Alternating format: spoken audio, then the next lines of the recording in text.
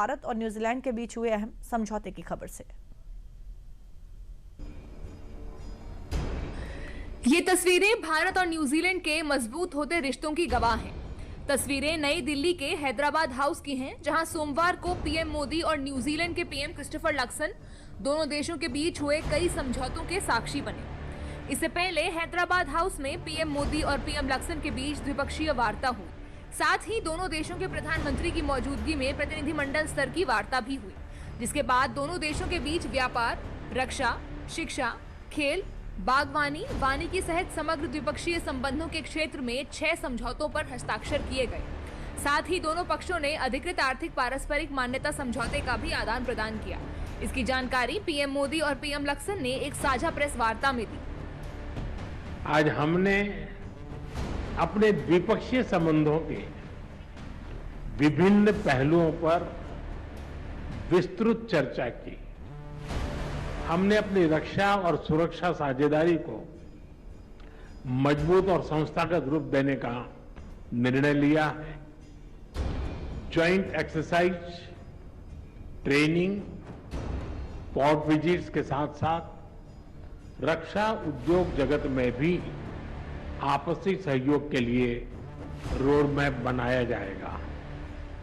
हिंद महासागर में maritime security के लिए कंबाइंड टास्क फोर्स 150 में हमारी नौसेनाएं मिलकर काम कर रही है और हमें प्रसन्नता है कि न्यूजीलैंड की नौसेना का जहाज 2 दिन में मुंबई में पोर्ट कॉल कर रहा है। दोनों देशों के बीच एक परस्पर लाभकारी फ्री ट्रेड एग्रीमेंट पर नेगोशिएशंस शुरू करने का निर्णय लिया गया है। इससे आपसी व्यापार और निवेश के पोटेंशियल को बढ़ावा मिलेगा। डेयरी, फूड प्रोसेसिंग और फार्मा जैसे क्षेत्रों में आपसी सहयोग और निवेश को प्रोत्साहित किया जाएगा। रिन्यूएबल एनर्जी और क्रिटिकल मिनरल क्षेत्रों में आपसी सहयोग को हमने प्राथमिकता दी है। फॉरेस्ट्री और हॉर्टिकल्चर में संयुक्त रूप से काम किया जाएगा। इसके साथ ही पीएम मोदी ने दोनों देशों के आपसी रिश्तों को मजबूती देने के इरादे से साल 2026 में दोनों देशों के खेल संबंधों के 100 साल पूरे होने का जश्न मनाने का भी ऐलान किया।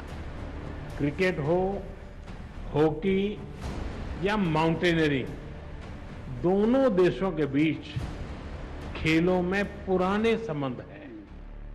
हमने स्पोर्ट्स में कोचिंग और खिलाड़ियों के एक्सचेंज के साथ साथ स्पोर्ट्स साइंस, साइकोलॉजी और मेडिसिन में भी सहयोग पर बल दिया है और वर्ष 2026 में दोनों देशों के बीच खेल संबंधों के 100 साल मनाने का निर्णय लिया गया है।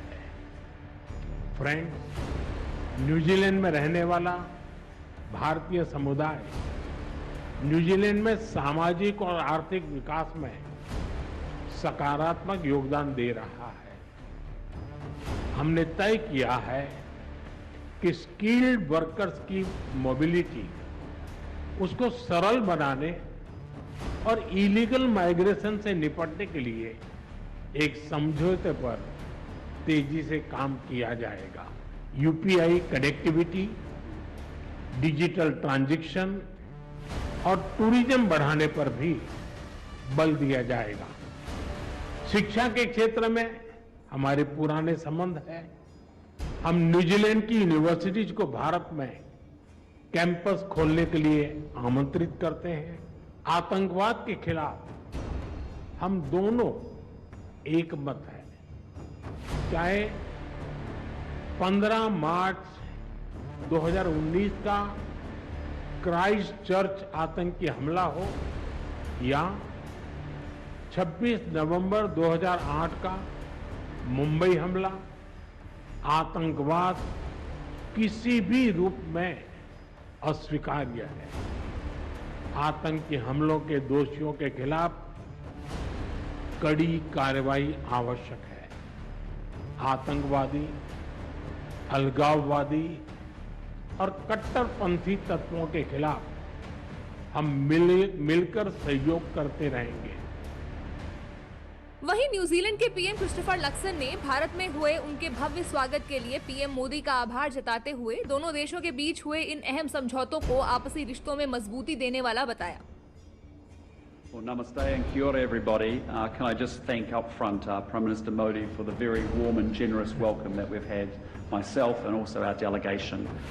Today we've just concluded a series, I think, of very highly productive meetings, and we also witnessed, as you have seen, a number of government-to-government arrangements that will strengthen the growing ties between India and New Zealand.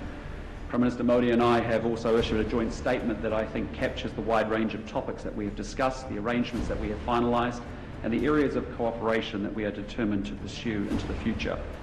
I hope that our meeting has left Prime Minister Modi in no doubt about the profound depth of New Zealand's commitment to building a deep, broad-based and enduring relationship with the great nation of India. New Zealand के प्रधानमंत्री Christopher Luxon अपने 5 दिवसीय भारत दौरे पर हैं और बतौर New Zealand के पीएम क्रिस्टोफर लक्सन की पहली भारत यात्रा है। वे 16 से 20 मार्च तक देश में रहेंगे और इस दौरान दिल्ली में हो रहे 10वें रायसीना डायलॉग्स में भाग लेने के अलावा वो कई और कार्यक्रमों में भी शामिल होंगे।